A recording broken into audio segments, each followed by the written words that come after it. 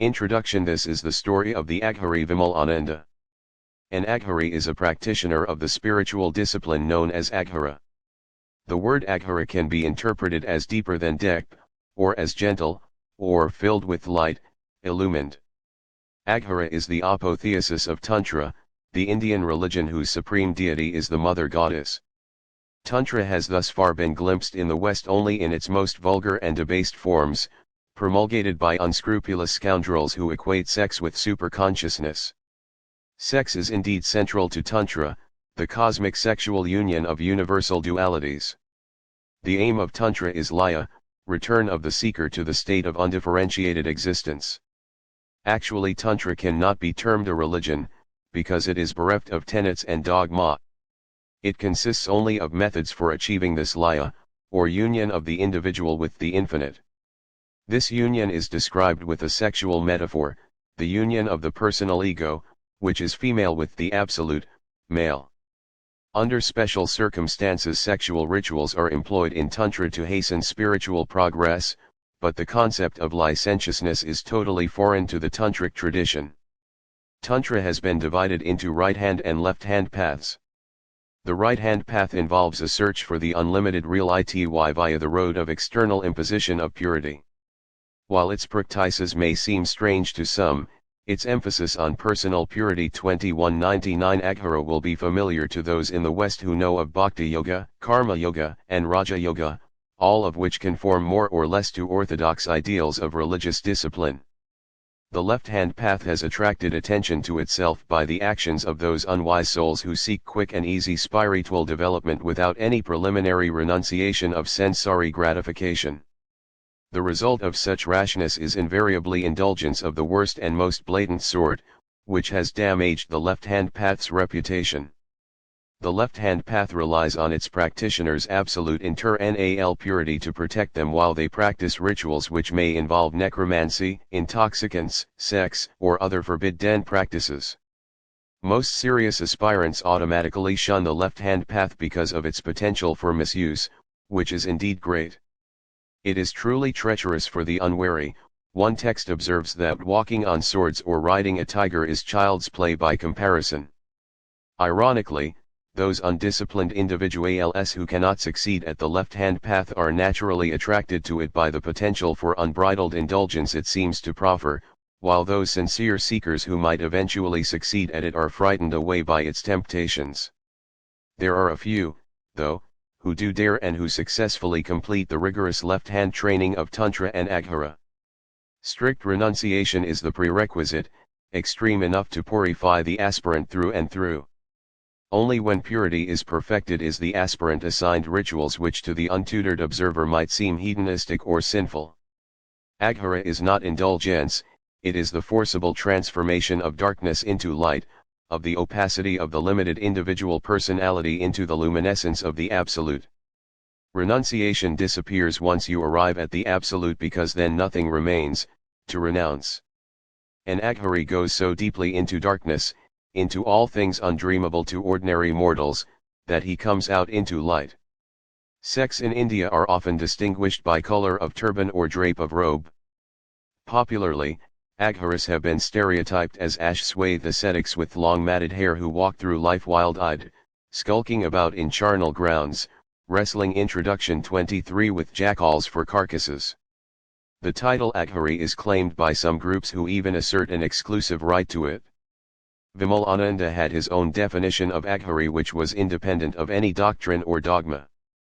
Indeed, his usage of terms like Vedic and Tantric may also be devoid of detectable textual support, for he never cared for texts. He believed, and it is for noble Indian tradition to do so, that lineageous practices prevail over textual injunctions. Whatever you believe yourself to be you are, if you are sincere and honest enough. You are responsible for yourself, and your opinion of yourself is authoritative. This attitude often irritates those who have invested heavily in the infallibility of any one text or group of texts, but then Vimalananda had no use for organized religion anyway.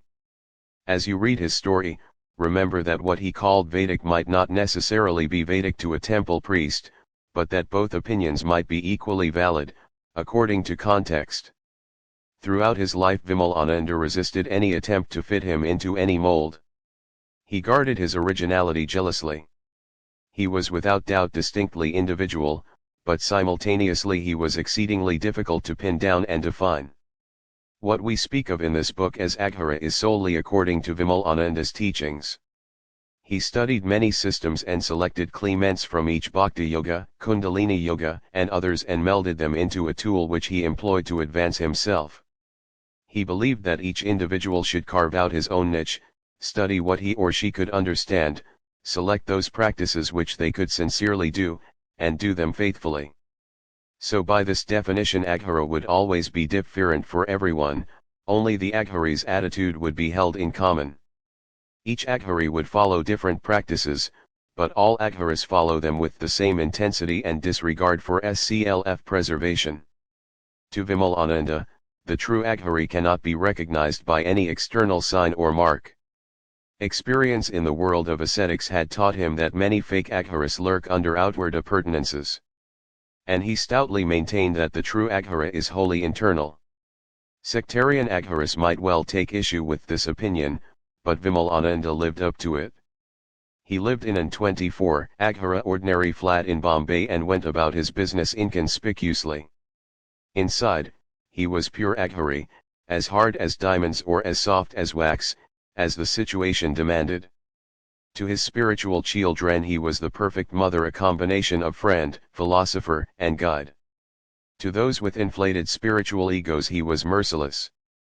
One immutable tenet of Aghora is that death is to be personified and deified. Aghoras crave not for physical death but for destruction of all their limitations, killing themselves by internal or external processes. Aghoras do not fear death. Once embarked upon a course of action the true Aghori either succeeds or dies trying, for there is no middle ground and no retreat. Aghoras love to spend time in cemeteries and burning grounds, collectively called smashan in Hindi. An Aghori is never happier than when he is seated intoxicated in the smashan performing a ritual near a funeral pyre, flames shooting up to lick the midnight blackness. Vimalananda, so concerned with external propriety in other ways, never hesitated to visit the smashan when he had rituals to perform. Some of the events described in this book may well offend the reader's sensitivities. Part of this was Vimalananda's intention. He wanted Western holier-than-thou renunciates to know that filth and orgies in the graveyard, as one American once described Aghora, can be as conducive to spiritual advancement as can asanas, pranayama, and other purer disciplines.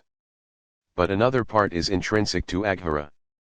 In many ways it is and must remain totally incomprehensible to the ordinary person, and for some people no amount of explanation will satisfy when they question the wisdom or the spiritual benefit inherent in, say, consumption of human brain.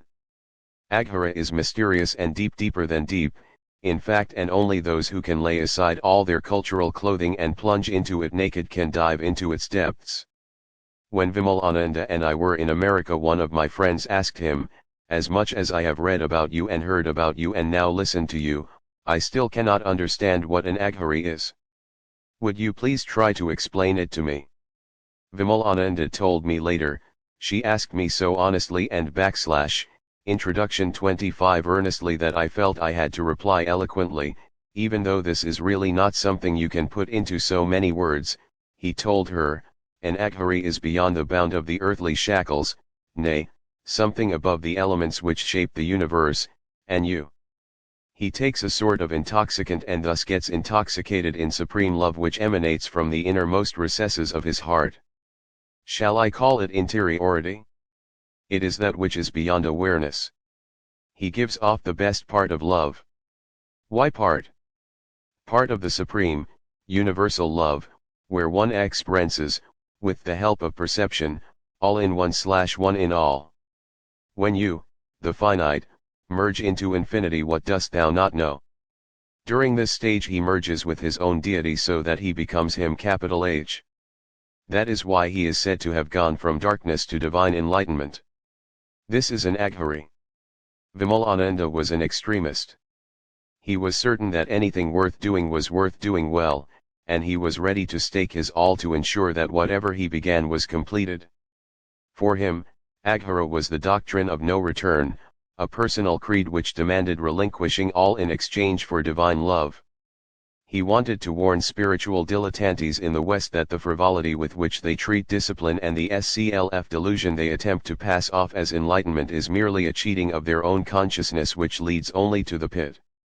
For example, when I was once unwise enough to comment that a certain guru was supposedly awakening his disciples' kundalinis by boffing them with a peacock feather duster, Vimalananda exploded in reply, has the kundalini shakti become so cheap that some so-called godman can awaken it in multitudes of people all at once?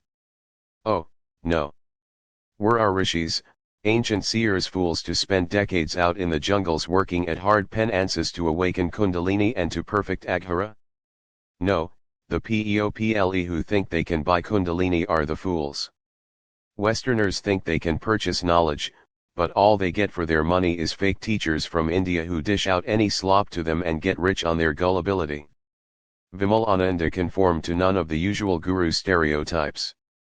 When at the races he dressed like the horse owner he was, and when at home he dressed like an ordinary Indian.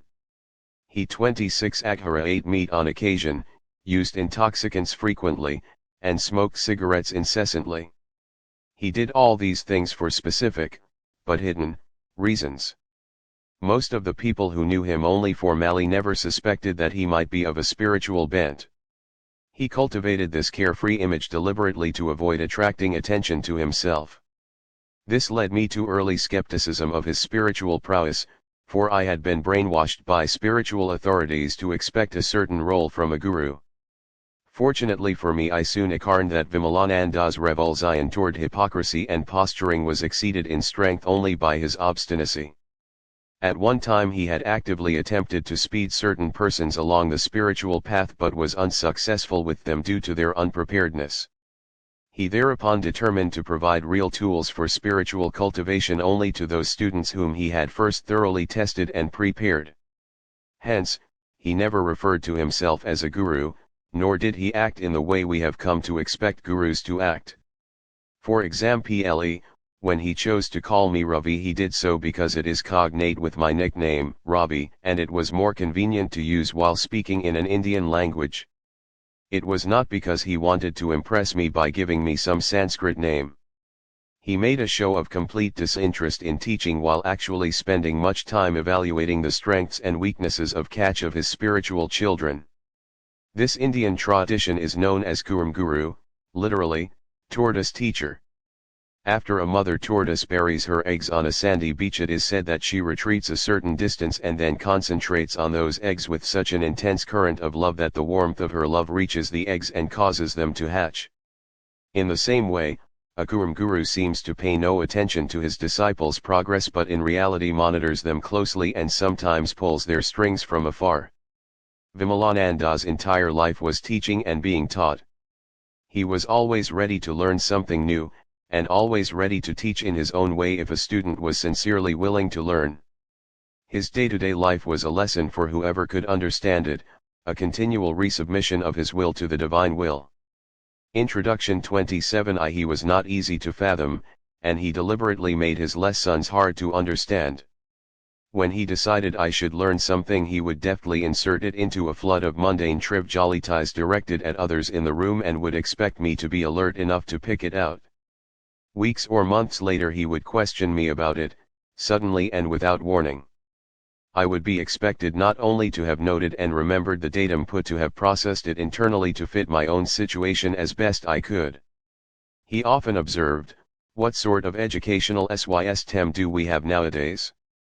They announce their examinations in advance so that any idiot can mug up a bunch of notes in preparation. The key to testing someone is to test them when they least expect it and are least prepared for it. Then you have an accurate idea of how much they really know." Sometimes just keeping up with Vimalananda's talks was test enough. Depending on his mood and audience, he might speak in very fluent High British English, in colloquial Gujarati, or, most commonly, in Hindi. When the mood struck him, he could switch to high-flown Urdu, and sometimes stabbed at Marathi or Bengali. He was an actor by inclination and he had an incredible command over a wide variety of language styles, which he could permute at will to obtain precisely the right effect on his audience. Over the 8 years and 9 months that I was privileged to know him, he repeated catch of his favorite stories a dozen times or more, but never the same way each time. Each repetition was uniquely flavored by his delivery. Translation was thus no easy task. I have rendered all his words into English, approximating in his usual English style the intent which flowed through whatever vocabulary, syntax, and diction he was employing in whatever language he was speaking at the time. Working from memory and from the brief notes I would jot down after our conversations, I decided it would be most effective to leave the narrative in his own words throughout, so that readers can imagine, if they like, that they, too, sat with Vimalananda and heard him tell his tales. There is another reason for presenting his words as they were spoken. Vimalananda's impression on people was achieved primarily not by what he did, but by how he did it, not by what 28 Aghora he said, though this was important, but by how he said it. Who he was more significant than what he did, but he made people dig for his interior reality, and most often they would come up empty-handed. Those few who knew him well, at least superficially, could never agree with each other on who he was, because his personality differed for each of his friends. He was a multitude of different people, all in one body. Once, before he had met me, he had a desire to jot down his musings and to accompany them with testimonies from his close acquaintances. He asked several of his friends, "If you had to write down something about me, what would you write?" One replied with a single word, "Versatile." Another said, "Words just cannot express the reality." A third opined, "I would just tumine a blank sheet of paper, because by saying nothing everything is said." His foster daughter had the last word by informing him, "No one has any business to read about you, because unless they have experienced you they could never know the reality." She was motivated by possessiveness, no doubt, and in fact knew him no better than did any of the rest of us, but her point is well taken. How does one convey in two-dimensional print a multidimensional being? And it was not that he had anything to hide. There was nothing inscrutable about him, he never put on airs. He was available for everyone's scrutiny. He would talk to us in the way a child talks to its mother, neglecting to alter or hold back anything for the sake of self-image. He was a true innocent at heart, a child in many ways, never ashamed to display his innocent wonderment or admit to his mistakes. And like a child, he could equally well be a bad loser at games. The Aghora in him expected to win. Perhaps it was because of this child within him that he could be such a good mother to all those around him. Or perhaps his concentration on the Divine Mother engendered the child in him. Whatever the causation, he was like a truly incorrigible child, a prankster from birth, always out for a gently practical joke, ready to laugh at anything funny and to make anyone else laugh if he could. Nothing was bland around him. He could be miserable, overjoyed, or profoundly taciturn. He was never merely sad, happy, or quiet. His Aghora training had Introduction 29 taught him to succeed or die. He never played any role half-heartedly, but threw himself fully into everything he did, no matter how minor. There was not a phony bone in his body. The personality Vimalananda was indeed amazingly versatile. His family once owned most of Bombay, and his early life was princely, but the life of idle riches never tempted him. He knew by turns fabulous wealth and wretched poverty, and served variously as an army officer, textile machinery manufacturer, dairy owner, quarry operator, racecourse gambler, and anchorite. He achieved high academic qualifications and served strict spiritual disciplines. Experts at Indian music regarded him as both an instrumental and vocal maestro. Among those who knew him, he was renowned for his expertise at astrology, his ability to diagnose disease by merely looking at a patient's face, and his capacity to interpret the body markings on horses and elephants. In his youth he was a semi-pro wrestler and won his last bout at age 38, defeating a boy half his age. I never saw him beaten at arm wrestling, even when his opponent was a powerful young wrestler one-third his age. His friends regularly demanded that he cook for them, so tasty and unique were his culinary concoctions. He could move each and every muscle in his body, including his ears and eyebrows, in time to music, as a result of his training in Indian dance. He was an artist. He liked to say, "Here in India we believe in watching the artist at work, not in looking at the work of the artist. Artistry is not what the artist produces but is the artist himself, producing." A great composer's music may be transmitted from generation to generation in the West.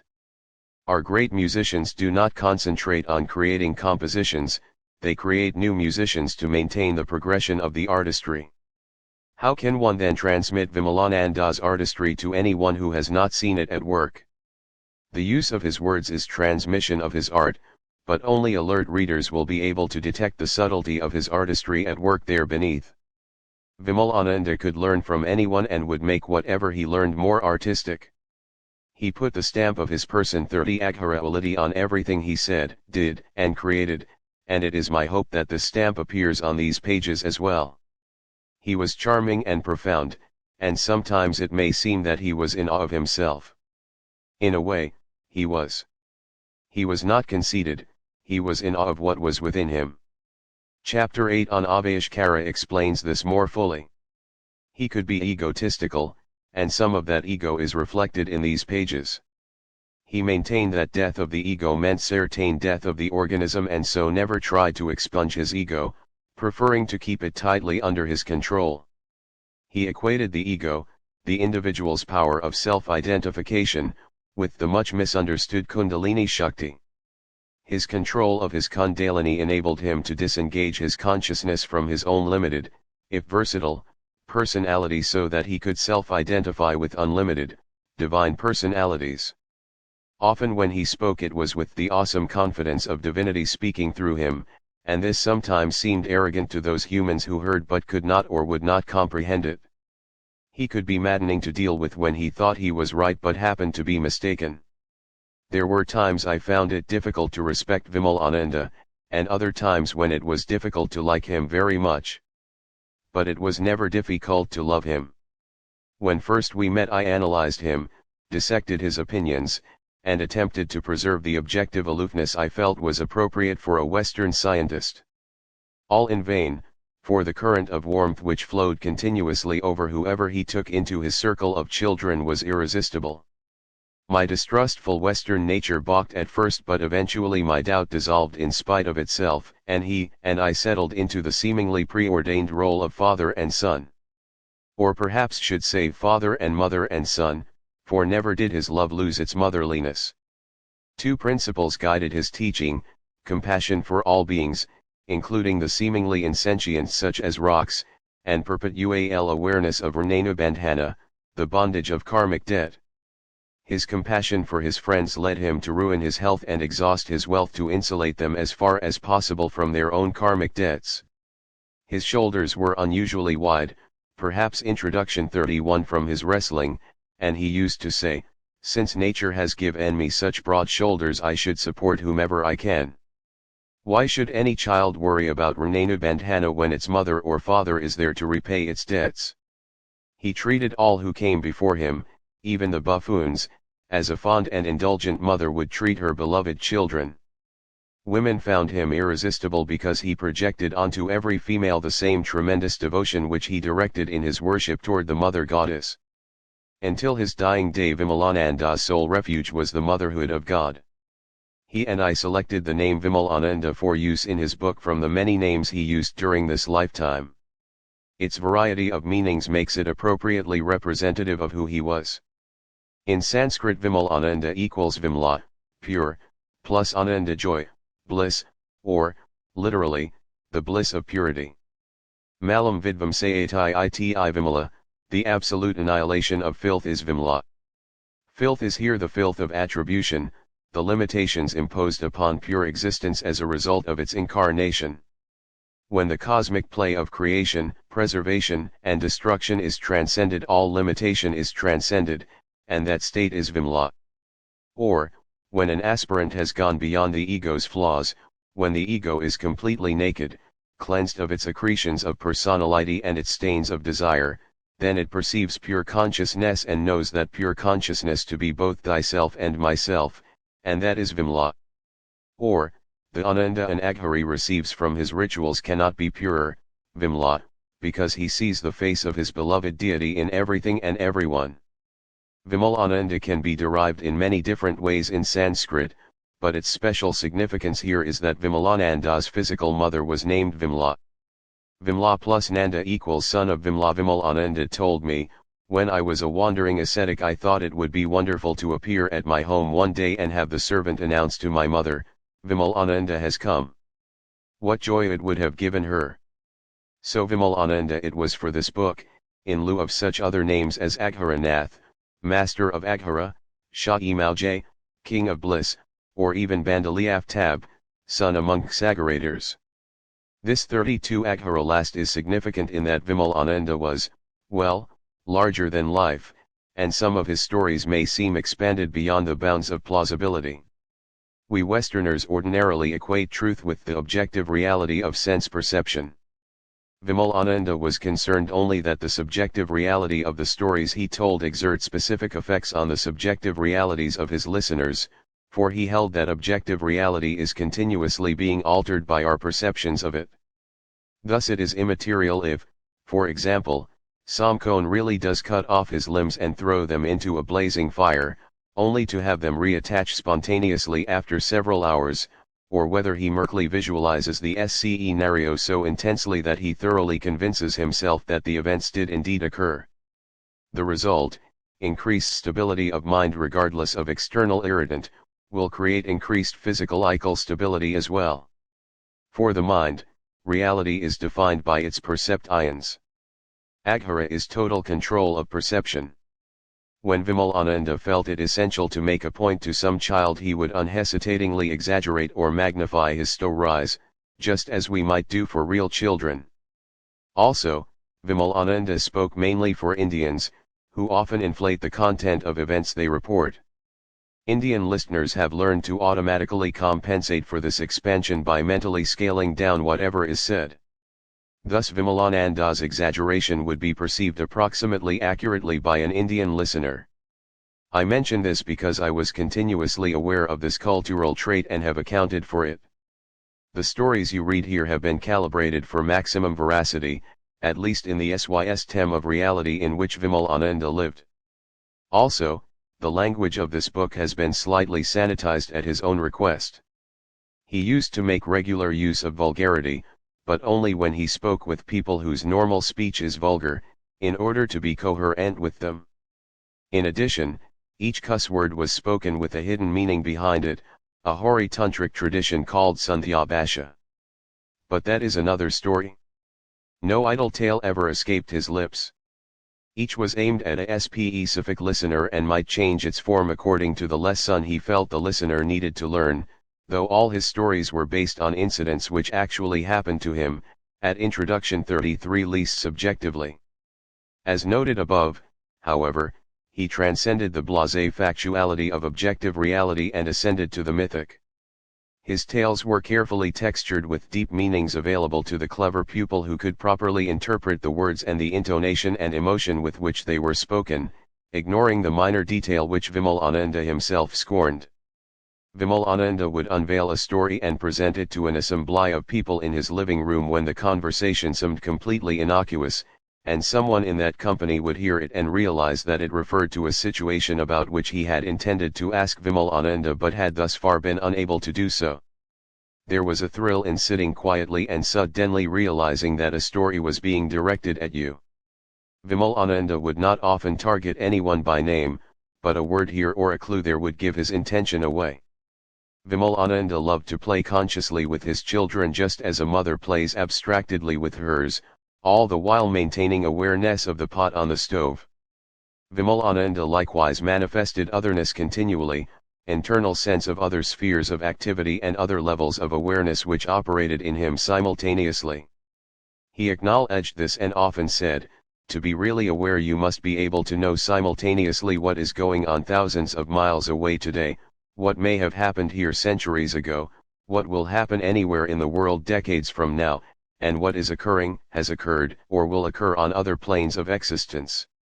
And you must still act as if you know nothing. You must just sit and talk with other people and play the part which nature has assigned to you. In his music, his conversation, his chess, and even his sleep, he was always aware both of what was going on around him and also, effortlessly, of some author reality. Or at least he made it seem effortless, though it surely involved tremendous strain which occasionally showed through. He credited tobacco with his ability to function in several planes of being at once. After close observation of him for years can state confidently that though he was addicted to cigarettes, a 34 Aghora fact he made no attempt to conceal, tobacco certainly did seem to exert a markedly beneficial effect on his consciousness, infinitely more than I have seen in any other smoker. Modern scientific research has demonstrated that small doses of nicotine have a positive influence on brain function, and Vimalananda was such a veteran of intoxicants that he could easily imbibe more nicotine than anyone else without deleterious effect. Smoking did eventually kill him, or so his doctors said, from cardiac failure. Those of us who knew him knew he decided exactly 6 months before dying that he intended to die. His excuse was that he had finished everything in this life that he was expected to do, and to live any longer would be to attract new karmas.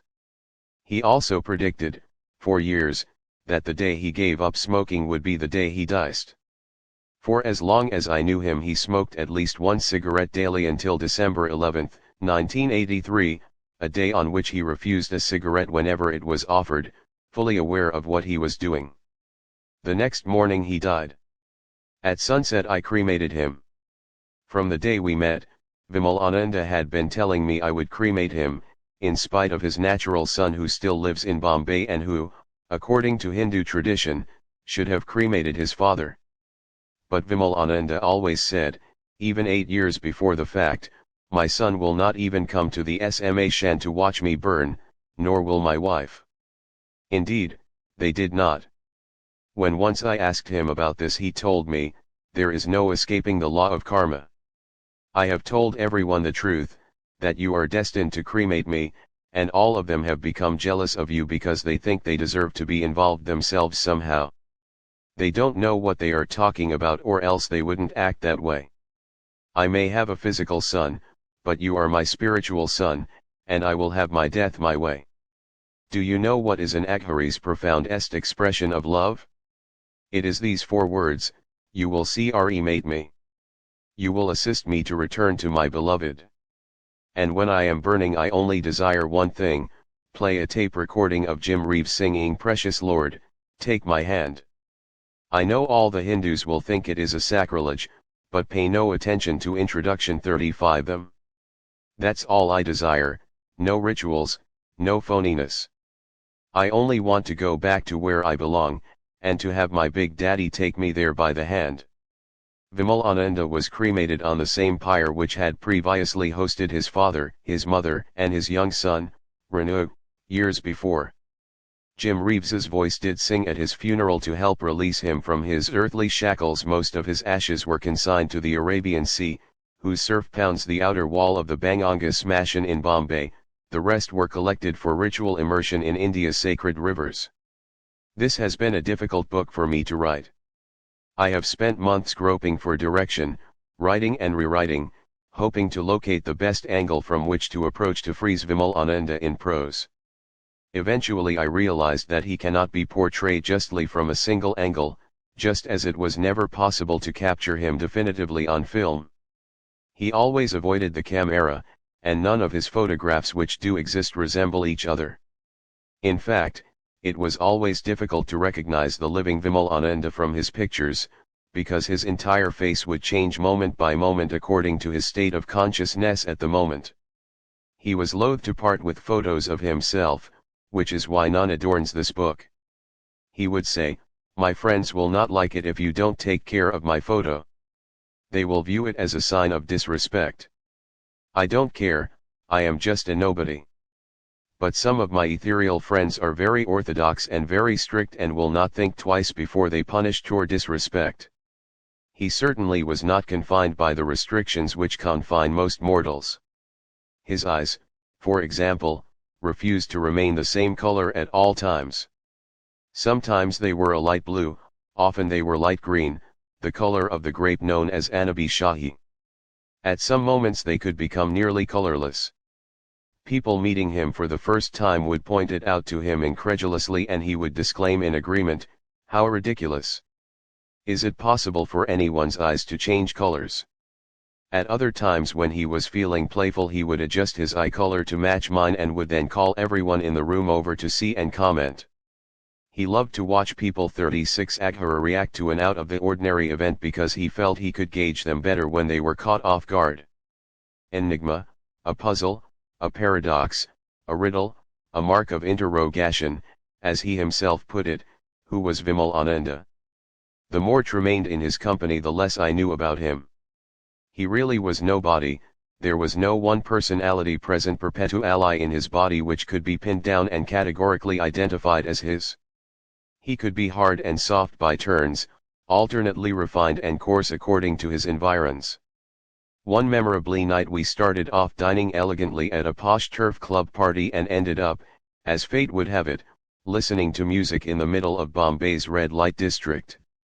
Vimalananda finally took up an instrument himself and taught the delighted prostitutes a new song, just for fun. Psychiatrists would probably classify Vimalananda as schizophrenic. Vimalananda himself used to say, "Either I must be mad or everyone else is, there are no two ways about it." Though no psychiatrist, I am a licensed physician, and, in my opinion, an opinion shared by those who lived with him for many acres before met him, he was far saner than the rest of the world. Facile formulae cannot describe him. I wrote this book knowing well that some of what is written will be offensive or at least incomprehensible to some, and that other passages will impel the curiosity of others to try out some of the more daring procedures. The natural reticence I felt for permitting Vimalananda to be introduced to an unprepared audience would have prevented this material from any publication had I not had clear instructions to do so. It began years ago when a man dressed as a medieval Rajput warrior was invited to Vimalananda's home in Bombay. After some preliminaries, the spirit of a hero centuries dead, Kalaji Rathod, entered this man's body, broke open coconuts with a cavalry saber, and made predictions from the pieces thus formed. He advised me, when my turn came, to note down everything Vimalananda spoke. Vimalananda, who was not usually impressed with such performances and who had assiduously refused to allow anyone to record any of his words up to this time, mysteriously agreed and even encouraged me in this. He never read any of my writ introduction 37 ings on him until the first draft of this manuscript was ready. When I presented it to him he turned through a few pages, made a few comments, and lapsed quickly into his former seeming disinterest. Vimalananda cloaked his meanings more thoroughly than ever before after making this assignment. His asking me from time to time if I had noted down some particularly intricate comment suggested to me that he still expected me to convey in my role as scribe. He continued to engineer situations, a pastime at which he was expert, and he would make use of the situations which developed spontaneously around him in his home, which was a veritable circus. During and after the unfolding of the situation he would test me on what I had learned. As soon as Vimalananda felt he had dispelled my major doubts on a subject he would usually refuse to talk about it any longer, expecting me to learn more about it from direct experience. He explained that this would preserve the keenness of my spiritual hunger, to prevent me from ever losing my alertness or pausing in my pondering. He never spoon-fed me. Gradually I accumulated a heap of information, enough to fill at least 4 books. The writing and rewriting of this book has enabled me to digest Vimalananda's teachings more efficiently, and I understood that Vimalananda's real intention in making me write was for the writing to act as a sadhana, spiritual exercise, for me. Summaries and conclusions are supposed to close the books they serve, but I am listing mine here in the introduction. One cannot summarize Vimalananda, nor can I conclude anything at all about him. During the last visit of the Emperor Akbar's personality into Vimalananda's body, His Majesty told us, "Do you think you know the possessor of this body? You know nothing.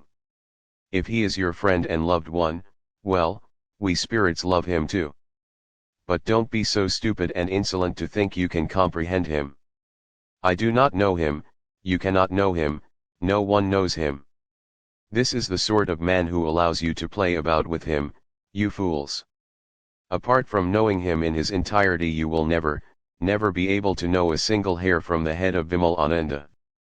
38 Aghora Vimalananda himself requested me to compile my notes into this book and publish it now. He wanted Westerners to be exposed to Aghora. In his own words, I once wanted to go to the West to demonstrate the practical uses of Aghora, the real spiritual science of India. I know I can deliver the goods, but whenever I tried to go, my mentors always prevented me. They didn't want me to be tempted by glamour and power. They knew I could be a better businessman than anyone else, it is in my genes, after all, but they didn't want to watch me fall so low. 1 am not destined for commercialization, 1 am destined for something different. It is not necessary to publish this while I am alive. I have not achieved all I have achieved in this life merely to capitalize on it.